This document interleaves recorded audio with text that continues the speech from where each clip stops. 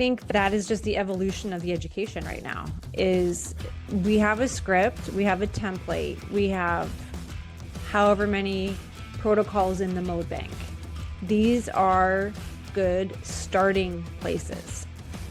We have to educate people on how to pivot and adapt in real time. And keep a lid on these emotions. They're buried, and they're buried alive, and they're stored in the fascia.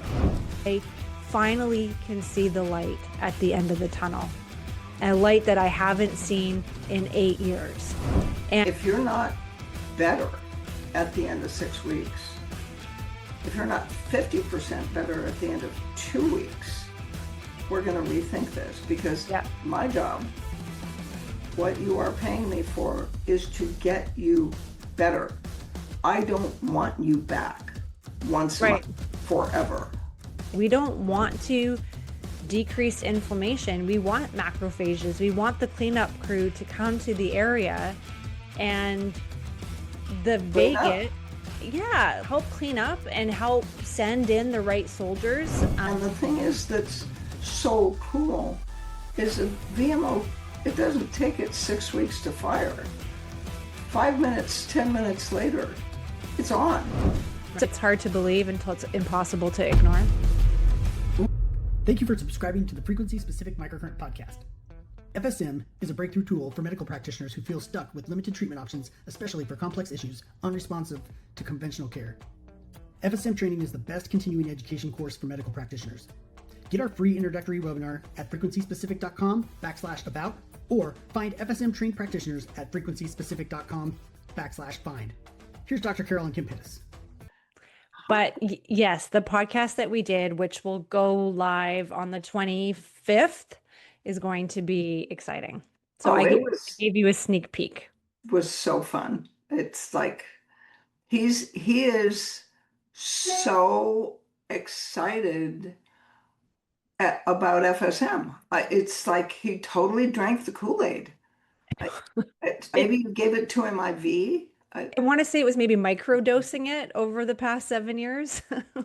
7 years has it been? It's probably been about that long since we started. That first patient brought us together. And I was thinking about just that story, how it organically unfolded and how you meet the right people. And you always talk about what you need always shows up. And we don't have a timeline for that. And I think about when I first learned FSM, the very first course when we were in Austin, Texas, and I was on the plane feeling so exhausted, but in a good way, just afterwards, after the core, just really excited, but really overwhelmed. And then thinking, how am I going to do this? And getting really excited about it, but then also getting discouraged when I wanted to talk about it with these doctors and chiropractors, and people hadn't heard of it or were skeptical about it. And if it's that great, why isn't it everywhere? And that was in 2008 or 9. And, and you've been in the trenches with this obviously a lot longer than I have. So the process, which is coincidentally Dr. Massey's, the name of his podcast is called The Process. And I think he takes things like what he does as an orthopedic surgeon and looks at the before, the after, the during. And maybe that's like when we think about who does well with FSM, I don't think it's a profession. I think it's a mindset. I agree. It's the people that care. It's not just, okay, you've got patellofemoral syndrome, do this exercise. No. Why did you get patellofemoral syndrome? What happened before you had that? And what exactly is it? What is it? It's like you give it a name. Once you give it a name that's syndrome, then you're off the hook, because a syndrome, it just can't be treated. It's here, take some Advil and do these quad sets and have a nice life. So anything named a syndrome is automatically, in my world, suspect. And it's that lazy diagnosis that we talk about with weak glutes, tight hip flexors, everybody just, like you said, throws out these labels without asking, how did we get here? And to your point, like, why and what is that? So just to take a little sidebar here, we're just gonna take the train off the tracks just a little bit, but I promise to come back.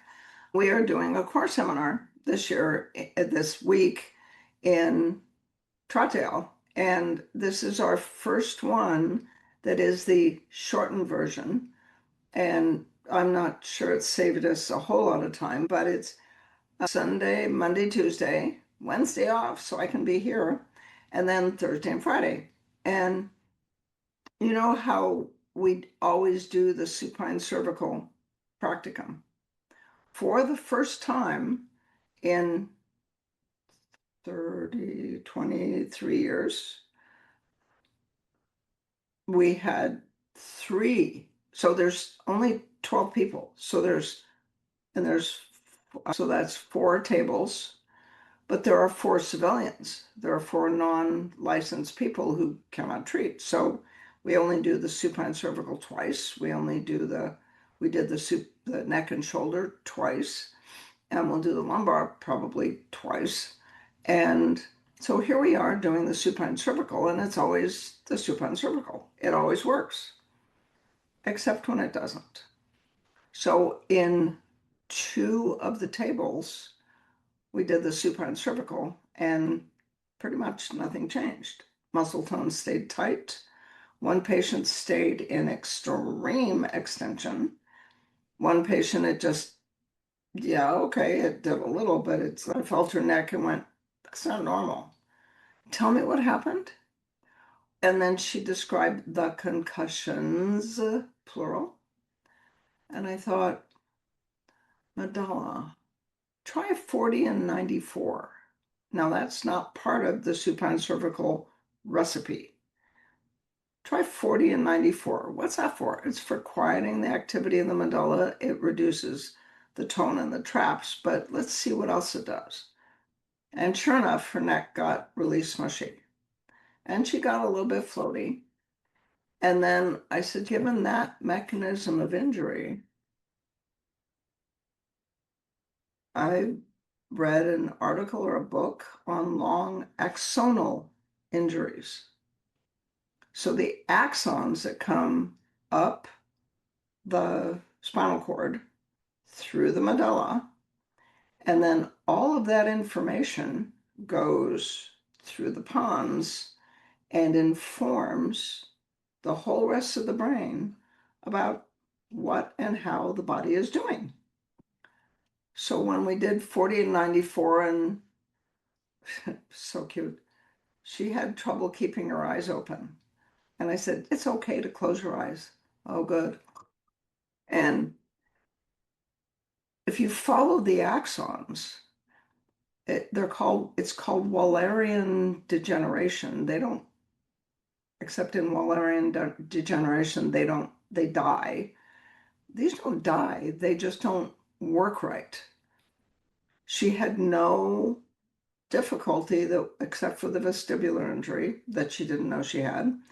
She had no difficulty with any of the cranial nerves. But you follow the axons and you go from the medulla to the pons. So I ran 40 in the pons. Now I didn't want to reduce the activity of the pons.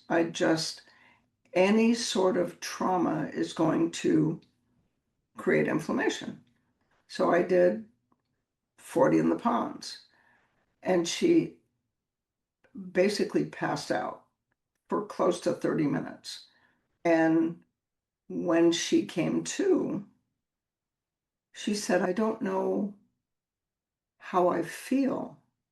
I've never felt like this before. Did trauma in the pons. She didn't tolerate. We did trauma in the medulla and her neck tightened up. So she's one of those. So we did trauma in the pons and she passed out again. I said, okay, fine. And then when she came to, she said, I don't know who I am. I don't know how to be this way. So we did increased secretions in the sensory and motor cortex. And the reason we do that is, if you think about it, the way you know where your body is, what your body is, who you are, more or less, you perceive yourself through the sensory and motor cortex. So I tried that, and she woke up, and I ran it until her face got normal and she looked less confused. And then I ran 6.8 and 38 to get her back in the body that she has never inhabited since the brain injuries. And there was that. And then the other patient was also 40 and 94 and long axonal injuries and the vagus. And with her, the biggest shift was that originally, and she wasn't even aware of it, originally her voice was high pitched enough that if you opened your mouth, it could clean your teeth and your jewelry at the same time. And she didn't know that. Nobody was going to tell her that. That just seemed like her normal voice until it dropped by half an octave, a third, up by a third.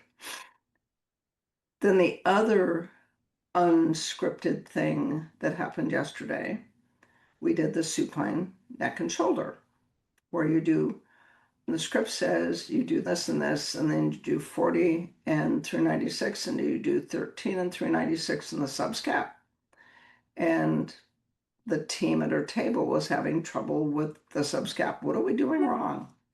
And it was, so I got my fingers in there, and this doesn't feel right. Tell me how you got injured.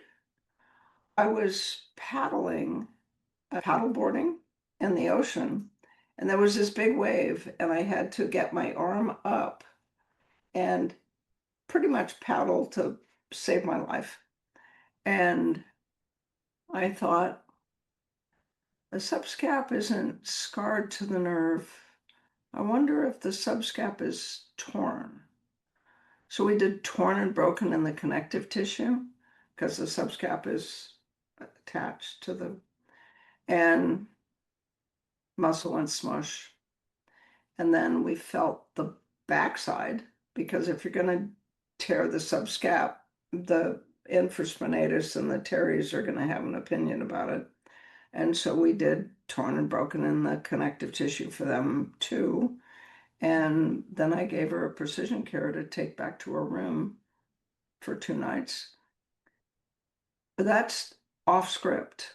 Right. After 23 years or more of doing the core, that's the first time that has ever happened. Now, it may have happened in other courses, and I just didn't know because we had 30 people instead of 12.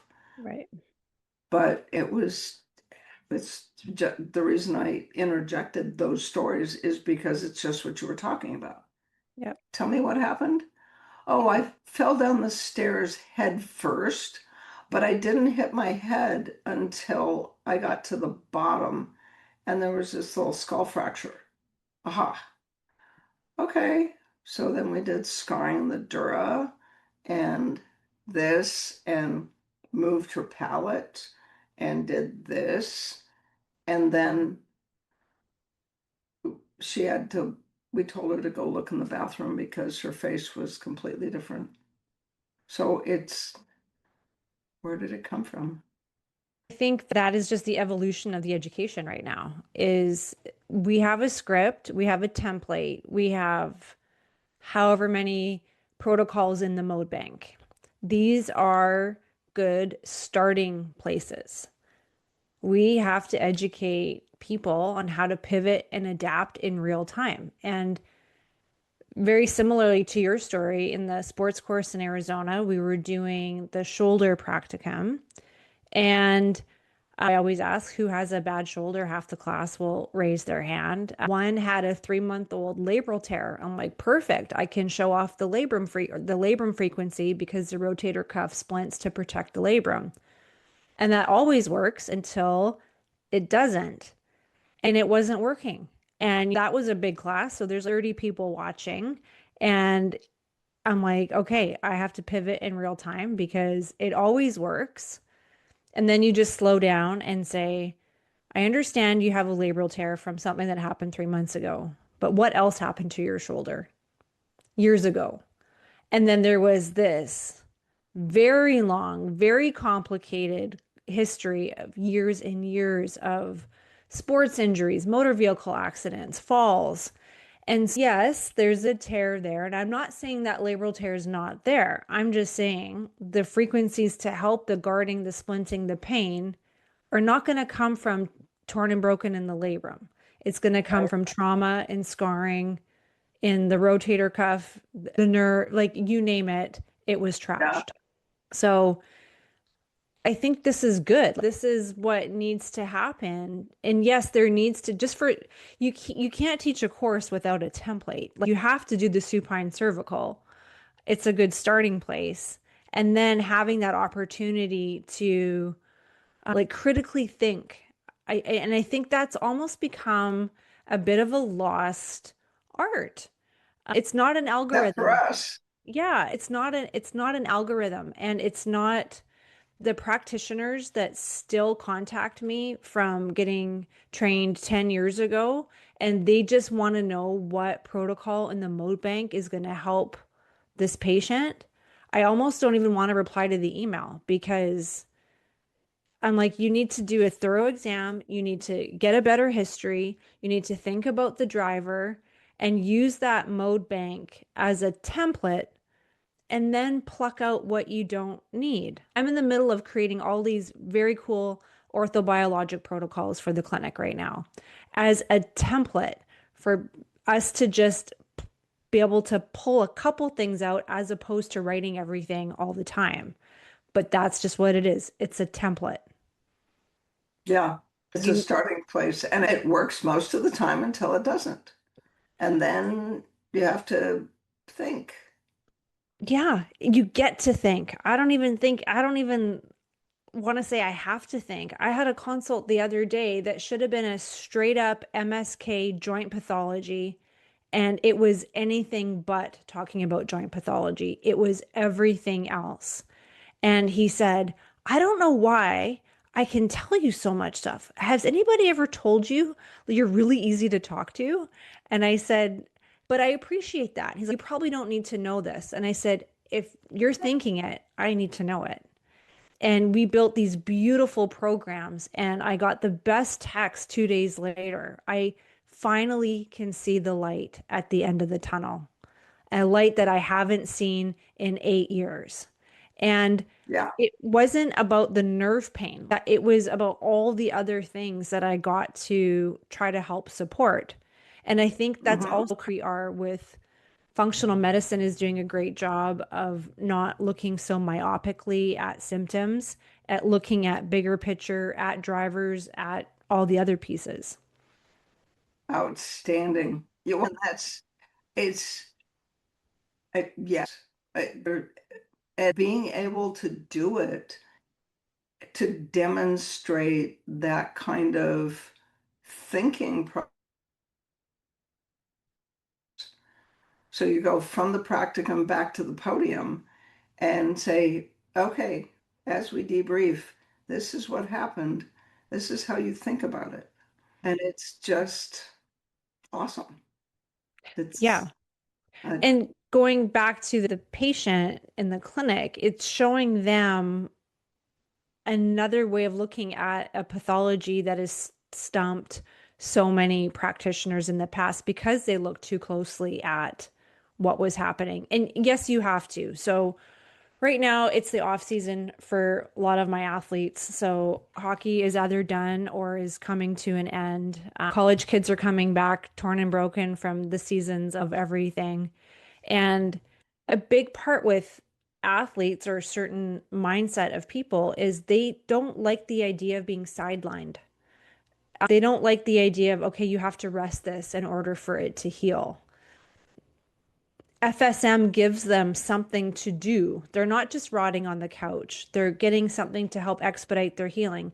And there's almost always an exercise or an ISO or something that they can do to recruit, increase circulation. And when you do that with FSM, and to unpack what you're talking about, increasing the secretions to sensory and the motor cortex, that's why it became an integral component of the sports course, because you have to, those of us who do a lot with exercise therapy and movement, we have to get them in their bodies really quickly, but safely and with confidence.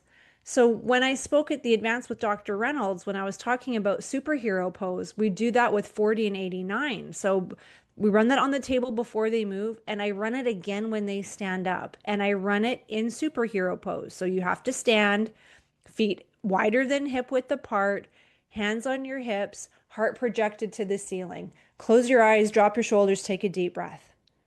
And now say, this is safe. I am strong. Movement feels good. While you're running 40 and While 89. you're running 40, 89. And if the confusion is still there, then we increase the secretions to the sensory and the motor cortex. How does that feel? I don't know. Okay.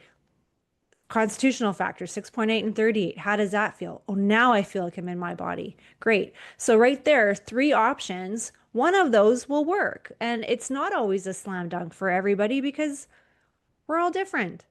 But to have the ability to pivot in real time and to adapt covers a few things. We're, Getting the idea that you can't do everything with a custom care and a recipe. That no. this is why you have a PrecisionCare. I'm really sorry it's $6,000 or whatever it is. But it will pay for itself in 3 months. And it's how you learn to do what we do. I just had a custom care when I started, and I drove myself crazy within 2 months.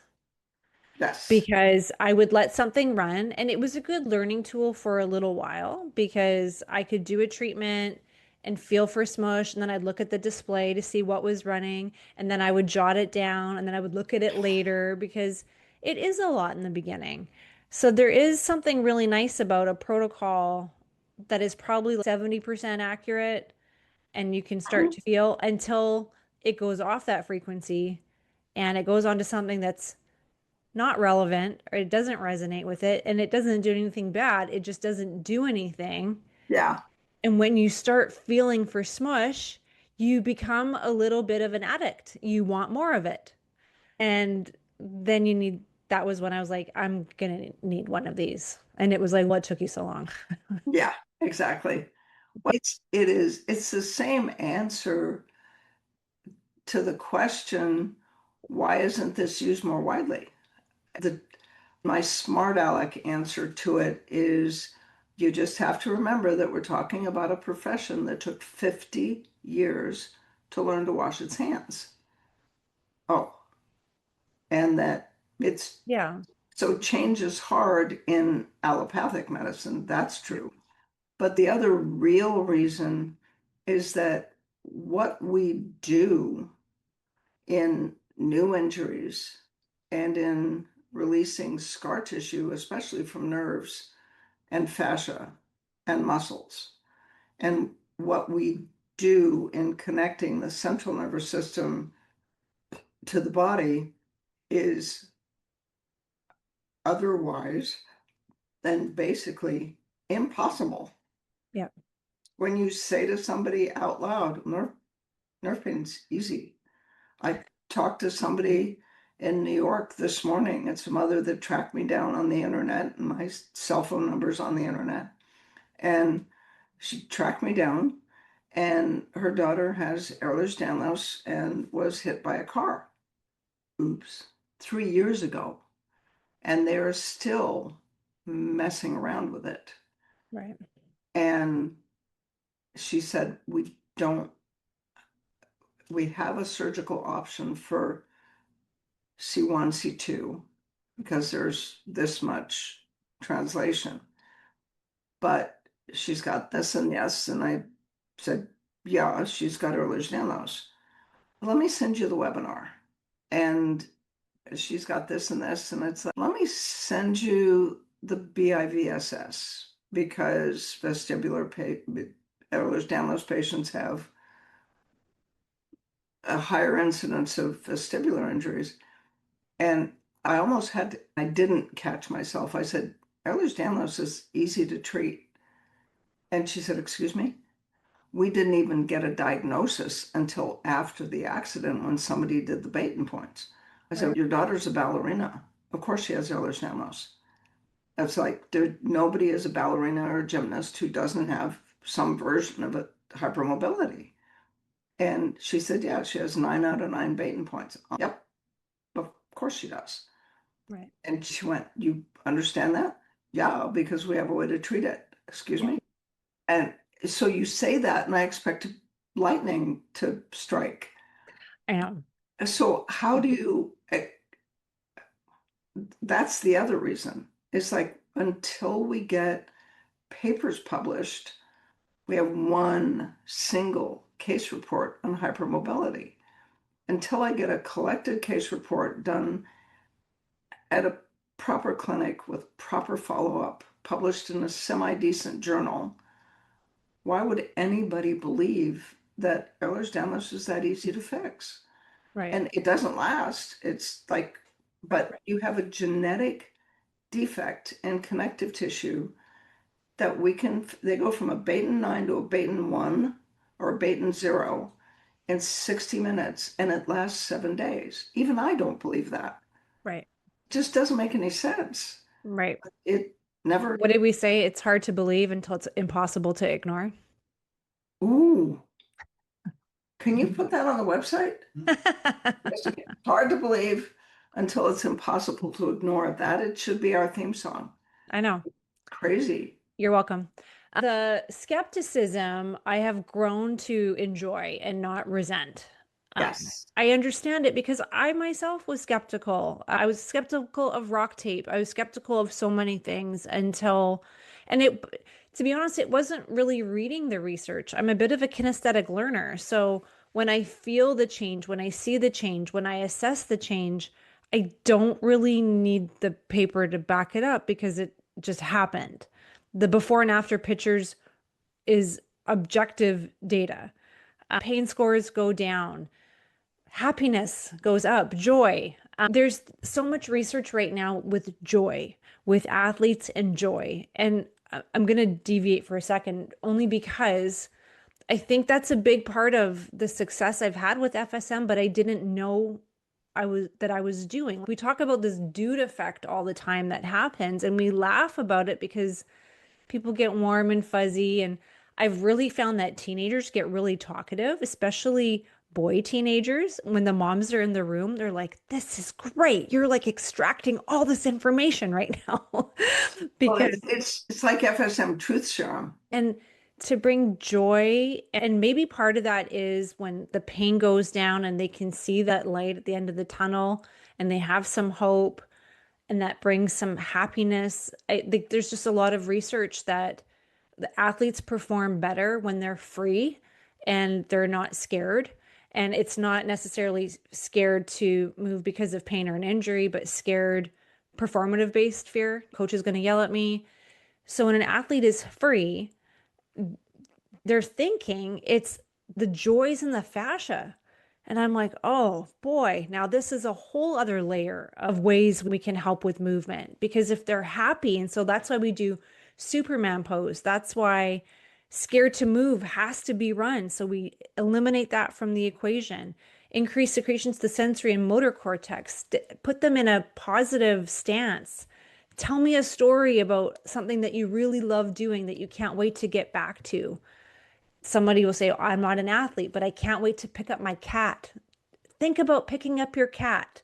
Smile. There are all these things that help that feeling of being safe in your body again, or in a body that you haven't been in a while.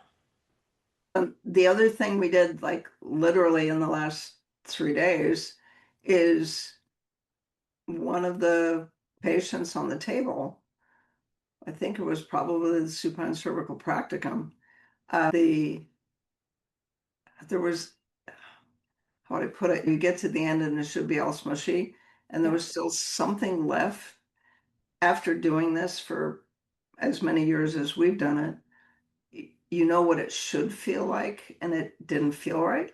And it was like, tell me about the accident. Oh, then they described the accident. It's like, okay. So we ran 40 and 89, and then 970 and 27, terror. Right. Not fear and over concern, just 970 and terror. That must have been really scary. Oh yeah, it's like I thought we were gonna die. It rolled 3 times and it's this and that, and so you take out the terror. So you can't feel joy if what is on top of it is terror. Or Right. so after terror comes anger, because first you're terrified and then you're angry at the person that caused the accident in the first place. Right. And so you have to 40 and 89, then just take the lid off the terror. And when we took the lid off the anger, she started getting weepy. Oh. And the people at her table were concerned. It's like, no, that's a good thing. Yeah. It's like you keep a lid on these emotions. They're buried, and they're buried alive, and they're Right. stored in the fascia. Yeah. That's why her neck didn't feel right. Yeah. So you take the lid off the anger and you just wait. And when she wasn't sobbing, it was just, when your eyes just leak. I get tears in my ears from laying on my back crying over you, that song. And then you can run 970 and 33 Yeah. and 35 and the heart center. Right. Balance the heart center. That's what we did at the advance this year. Yeah. It was different. Yeah. So we had somebody that we couldn't run 35 and 102. Every time we did, her whole body just got twitchy and spastic. And it's like both of the practicum instructors said, we need to run TTH on her. So we ran TTH and then we could run balance. The Crown Center Yeah. tolerated it without a twitch. Right. Oh, okay. There's a lot to laying out the frequencies in a strategic manner that, and I don't ever want to say make things worse. I used to get really freaked out when pain would increase, especially after a treatment. I would think I did something wrong and the machine did something bad. And now I actually get excited because the people that come to me are typically complex. You know how that is. They've been in pain for a long time, or they've had the same condition with no change. They've gone to PT, they've like you name it, they've done it and it doesn't change. So if I can treat them and they leave feeling better, but the pain gets worse after, or it goes into a different spot, yeah, I have my thumbs up and I have a smile, and they're like, no, I can't squat anymore because now it hurts. I'm like, yeah, but we changed something. We're reorganizing things. So I'm sorry that you're in discomfort. And then it's patient education. But it's information. It It's tells in us something. totally, totally. And then we can adapt and adjust. Okay, did we take out scarring that was holding a joint? And I think, and correct me if I'm wrong, but when I've ever increased pain in a joint, whether it's a shoulder, hip, or knee, it's because we've rearranged the chairs in the Titanic and now the joint is in a different space. Maybe there's joint pathology there that we didn't know, or ligature laxity, something's not firing, something's firing too much. It just helps us formulate a better plan moving forward. But it also helps you realize that whatever you did the last time Yeah. fixed it that it so that this patient can move a different way now. Yes. So now the joint that hurts didn't used to move this way. Right. And okay, what did we change? Where did we work? Let's see, we worked on your shoulder and now your low back or your hip is bothering you, that would be the lat. And because the lat goes to the low back and it should do this, and now that does that. So let's check this and then Right. work on the psoas, and you never would have worked on that before. Right. It's like, And that's where the biomechanical assessments can really help you out instead of just freaking out and saying, I'm sorry, I made it worse. No, it's information. We've changed the relationship. We've changed the organization of the knee or the shoulder. And now let's assess it today and see what's firing, what's not. And that's why I do love using kinesiology tape with FSM, because things do, even though I've been practicing with it for so long, it still does shock me how fast it creates change. And that thixotropic change happens faster than we can get the proper muscles to recruit. So when we have a muscle imbalance, and I don't want to oversimplify, but historically, something is scarred, something is torn. So we have decreased motor signals to the area.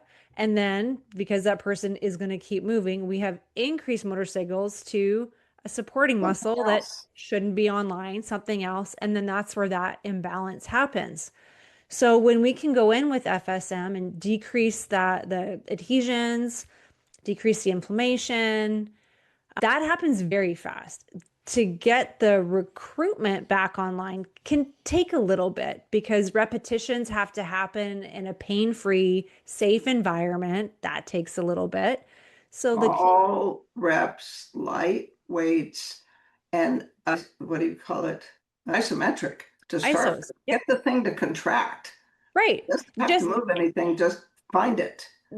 So finding it, right? So the ISOs are wonderful because we don't have to do, there's not a ton of actin and myosin. We're not increasing or decreasing joint spaces.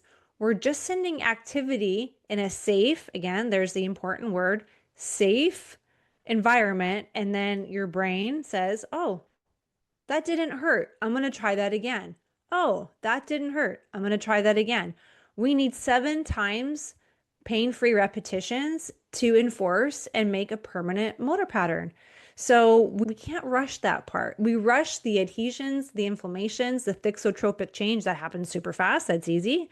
Getting things back online takes some time. And this is also where patient education is important because once the pain goes down, they want to do more. So the same patient that has increased pain after, sometimes it's the reorganizing and sometimes it's the happy joy dance because I'm not in pain anymore. Let me take my dog for a walk, paint the house, clean the carpets, and now I have increased pain. Go crazy at the gym.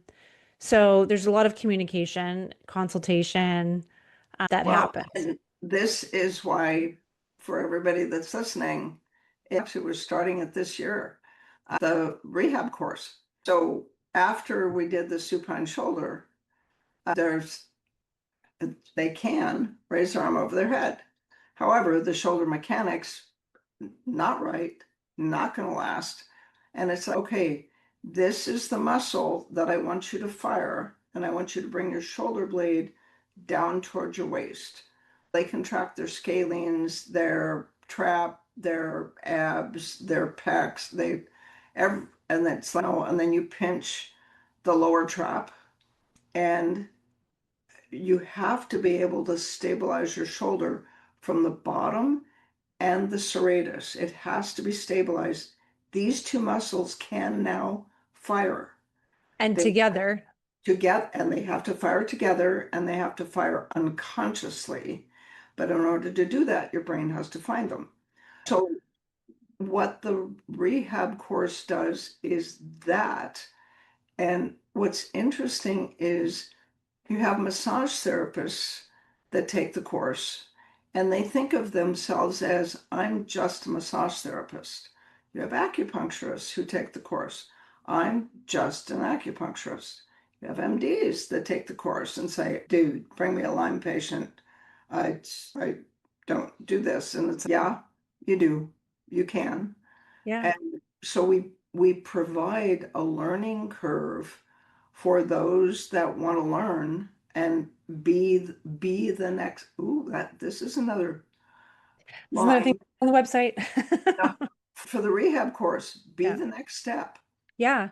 Bridging those professions and bridging those gaps has been one of my favorite things to do. And I think in order for FSM to grow into the spaces and places that we need it to grow, it comes with that biomechanical knowledge. Again, the template to follow, and then the ability to question and pivot when it doesn't go according to plan. And we don't expect things to go according to plan. We have to prepare for really quick success and sometimes the sticky patients that we have to just take a step back and say, okay, 3 treatments and I haven't changed much. What am I missing?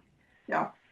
And And the same thing. So I'm about to write it's 3 days, isn't it? A 3-day visceral core yeah, for naturopaths in London. They're not doing physical medicine. So we're not talking about shoulder. We're not talking about this. We're not talking about that. We're talking about their playground. And so we're going to be talking about the vagus. We're going to be talking about leaky gut. yeah, So there are literally functional medicine and integrative medicine physicians that think it is normal to have leaky gut or what was the other one? SIBO for 5, 6 years. No, if they're not better in 8 weeks, there's something wrong. Excuse me?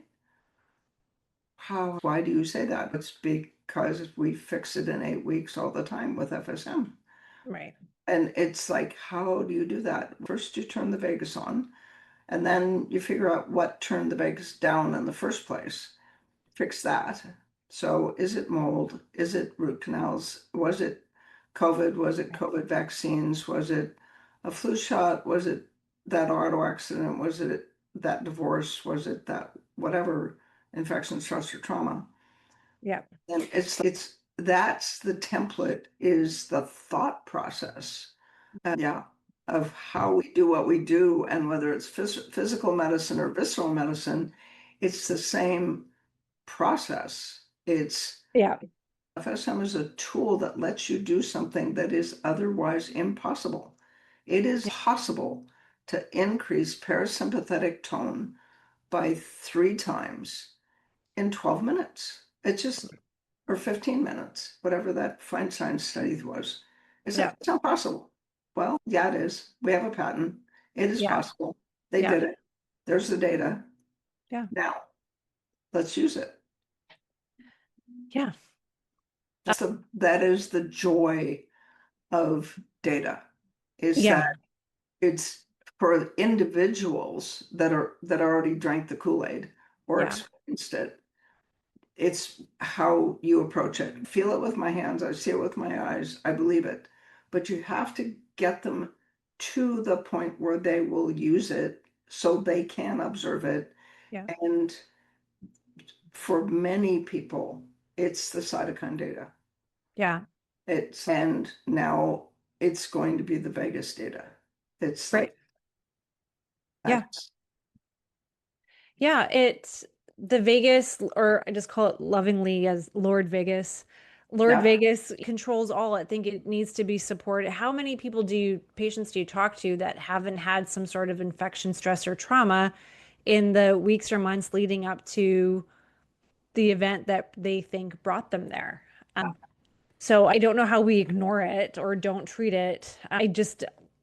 Like multiple machines is necessary. When teaching the core, it's how do you treat X, low back pain, knee Yeah, pain, abdominal, whatever. And right. there's one machine going from the neck to the abdomen for concussion and vagus. And it's like, why? Why? Because the vagus turns down inflammation. We Right. have the mouse research that shows that we can reduce locks and cocks. I don't run that on myself anymore. I don't reduce inflammation anymore.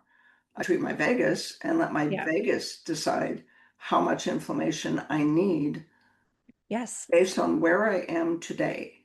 And that is why it's so exciting working at the clinic, because the new clinic that I'm at, because of all the work with orthobiologics where you cannot run 40. And people are like, how do you not run 40? I'm like, you don't need to. And Dr. Diana Cross is going to be helping us in that regard with macrophages. We don't want to decrease inflammation. We want macrophages. We want the cleanup crew to come to the area and the Clean up. vagus, yeah, help clean up and help send in the right soldiers. We don't want to hamper that. And the book Iced, when Dr. Gabe Merkin, who was the doctor that coined the term RICE, rest, ice, compression, elevation, he now is saying we're wrong. We shouldn't have been using ice. Ice was never an anti-inflammatory. It wasn't about that. It was just analgesic. And so now we are using heat. We are promoting more circulation, dare I say, more inflammation, but there's also good inflammation. We can't not let the macrophages do their job. It's like telling a German Shepherd to be a golden retriever. Let the German Shepherd protect and do their job. Let the macrophages do their job and give the vagus the support it needs to equip the macrophages when it's enough. Okay, we're good. You don't have to go in quite so aggressively anymore. And the vagus quiets the immune system and quiets the macrophages. So when there's a new injury, I don't treat the vagus. Yeah. I just leave it. But if you run the vagus and the patient's got something that needs macrophages or inflammation or immune system activation, you turn the vagus on, and the vagus has 85% of vagal fibers take information to the brain. And what I tell people is it's safe because the brain can turn the vagus down faster than you turn it up. You turn it up, and the vagus inside of, how long does it take if you tag a red blood cell, how long does it take it to get all the way around the body? It's something under 5 minutes, I think. Okay. So within 5 to 10 minutes, the vagus is going to tell the brain, hey, there's tissue fragments here. I don't think I should. And the midbrain says, yeah, never mind, got it. And the midbrain tells the medulla, turn this thing down. And they send the signals to the vagus and turn it down. So it's like it's safe to turn it on because the midbrain is going to turn it off faster than you can turn it on. Same thing if you've got a parasite or a mold, or in the case of mold or a chronic infection like Lyme or Babesia or any of those that tend to be chronic, you turn the vagus on, and because it's chronic, it's not like an acute infection, it's smoldering. So you give the patient about a 4 to 6 hour break. Yeah. Where the vagus works. The heart rate goes down, inflammation goes down. And then the vagus tells the brain, oh, wait a minute, there's this bug over here you want to look at, yeah, okay, fine, I'll go back to sleep. I love the way you explain our complex nervous system to us in the cute little voices with so much authority. And I'm grateful for that because I do hear those voices when I'm treating people. And having those frequencies and having that hypothesis that you're just thinking more about the knee's inflamed, it needs ibuprofen or it needs an ice machine. No, why is the knee inflamed? Why do you have this inflammation in your knee? I don't have pain. Okay, that's great, but it's still inflammatory. And as long as there's inflammation there or swelling or whatever it is, that tells a story. There's a narrative that's happening. And we can't get muscles to fire when there's something there. I love the ones where they say, Oh, the VMO is not firing. That is, for those of you, the Vastus medialis vastus obliquus. malalis, it's the medial side of the quadriceps isn't going to fire. The medial side of the quadriceps internally rotates the femur and therefore the tibia, and it won't fire. Then the question is, okay, now the physical therapy solution is to exercise the bejesus out of the VMO. And you can exercise it till you're blue and it's not going to fire. Internal rotation, it doesn't like internal rotation in the femur or the tibia. You know what's on the medial side of the knee that would be impinged or affected by internal rotation in the femur and the tibia? The meniscus is on that medial side. I wonder, oh no, it's like they did this test and the meniscus is fine. I know, but let's just pretend. Right. Just let me try this. So you run 124 and 214, and there's no pain in the knee. It's just that the VMO doesn't fire. There's a reason for it. Yeah. Cerebellum says, thou shalt not fire. Yeah. Cerebellum has all the information from every place that says, and it says, thou shalt not fire. So let's see if the meniscus might be the reason. And if it's not the meniscus, then it might be down on the foot or the ankle. Huh? Nobody thinks that way except us. And to touch on what you're talking about with the meniscus, oh, they did that test and it's fine, or they did an MRI and it's fine. It's like, okay, maybe it's not a surgical tear, which is what everybody's trying to rule out with an orthopedic test or with imaging, but there are micro tears that happen all the time with poor tracking, and if those micro tears are there, it doesn't matter if it's a micro tear or macro tear. To your point, these muscles will turn off because they don't want the micro tear to turn into a macro tear. So it's creating that hypothesis. Yeah, she's got tenderness on the medial joint line. What else is there? Fat pad. The plica syndrome is there. So the synovial membrane full or the capsule gets involved. So it's thinking about, yes, what muscle VMO? Okay, VMO is weak. Why is it weak? Where is it sore? How did it get like this?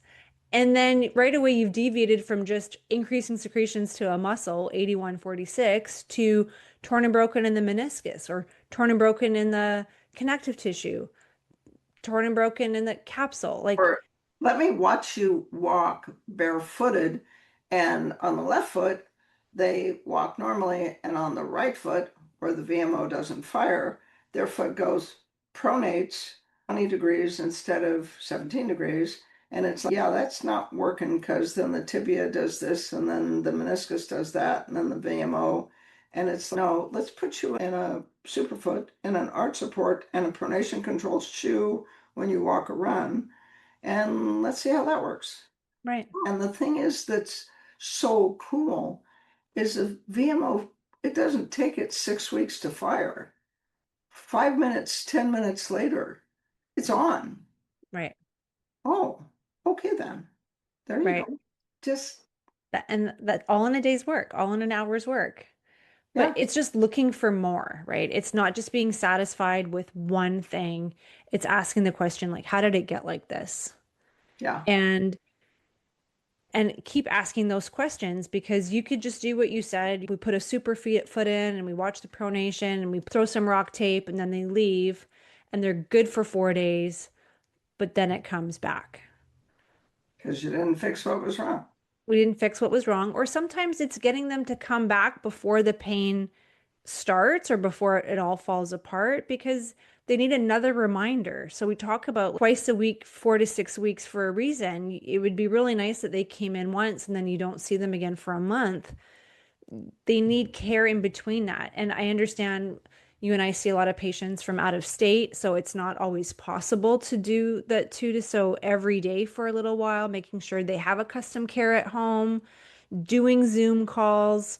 So for those of you who are listening who are practitioners, there is a lot of reworking in your business model because I am on my phone, I'm on my computer, I'm answering. I give my cell phone out easily because I want somebody to send me a selfie of them using the CustomCare because usually it's 2 seconds. Kim, is this set up right?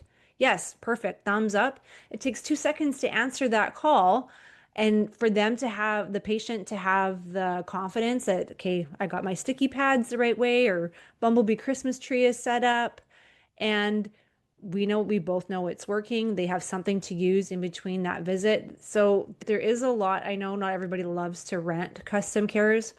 I have found it very useful in those spaces where they can't come in. Yeah, So and they're local, so you know you're going to get them back. yeah, a lot of them are not local. So in the days before we could do remote programming, it was sending a UPS overnight or FedEx overnight to an athlete, FaceTiming while they were using it, then them sending it back because I had to reprogram it because they didn't tell me about the injury that like. So thank goodness for remote programming. But yeah, I do out of state rentals. But Yeah, yeah, and talking to practitioners this week about twice a week for 4 to 6 weeks, I said, you are at some point going to get pushback from a patient. You see them for the first time and you say, I want to see you twice a week for 4 to 6 weeks. And they say, I've been seeing my chiropractor or PT once a week or once a month. And so why am I seeing you for 6 weeks, twice a week for 12 times, 6 weeks? It's like, how long have you been seeing them for once a month? I guess 3 years. And yeah, that is not okay with me. yeah, If you're not better at the end of 6 weeks, if you're not 50% better at the end of 2 weeks, we're going to rethink this because yeah, my job, what you are paying me for, is to get you better. I don't want you back once a month right. forever. Yeah, I want you in every 3 to 6 months for a lube oil and filter, a little maintenance, a little check-in. I'm fine with that. right. But I don't want you to need me. Oh, okay. And the patient has to rethink that model. Yeah, What do you mean you're going to get me better? Well, dude, that's what I do. that's what we do. That's because I have FSM. That's what we do. And I have a way of thinking differently Yeah, than other people think because I have a tool that lets me or makes me think differently. exactly. I love being us. I do too. I don't love that it's 4 o'clock, and I feel like that was really quick. I hope there was no questions. No, Leaf just had a couple comments. Oh, and good point, Leaf. So Leaf just said, do you ever check if alternating or positive makes better smush? I know Carol did on me. That will be like the first thing I check, especially if I think I've got the A and B sorted out. I'll check to make sure it's alternating or positive. Yeah. So that's a good. And in the core seminar, because I've gotten to this point that because people come in with all sorts of injuries that they don't talk about. And so in the core, we do everything alternating. And they say, why are we using alternating? And I say, because we don't have physical exams, I don't have histories, and there's just too much stuff out there. And I don't want you to make somebody worse in your first FSM experience hands-on. Yeah, So we're going to use alternating, and you need to know that some people respond better to positive. So if you have a PrecisionCare, you push that button, and that's polarized positive. And then if you look at the CustomCare mode bank, when I have single frequency combinations like reduce inflammation in the nerve, there's a polarized version and an alternating version. Same thing with one torn and broken in the connective tissue for others than those. Patients are going to have disc injuries, and you may not be able to successfully use a polarized positive neck to feet. The alternating still works. It yeah. might be a little bit slower, but it's 4:02 and they're right on time. That's just what happens. It Hard to is. believe until it's impossible to ignore. Hard to believe till it's did you write that down, Kevin? Which one? It's hard to believe until it's impossible to ignore. Yeah, We had a lot of good nuggets today. we did. Okay. All right, everybody. Thanks for joining us. Yes. You'll be here. So you will be here next week still, even though you've got Yeah. the core going on, because you're taking the Costa Rica Wednesday. We're taking the Costa Rica Wednesday, and it's working out really well. Because at the end of day 3, they were ready for a break, a little brain break. And Yay. then next week, I am still in town. The week after that, I am still in town. Look at us. The week after that, and then I don't leave until the 14th of June. Ooh. So 17th and the 24th, you're on your own. And then July 1st, I'm here.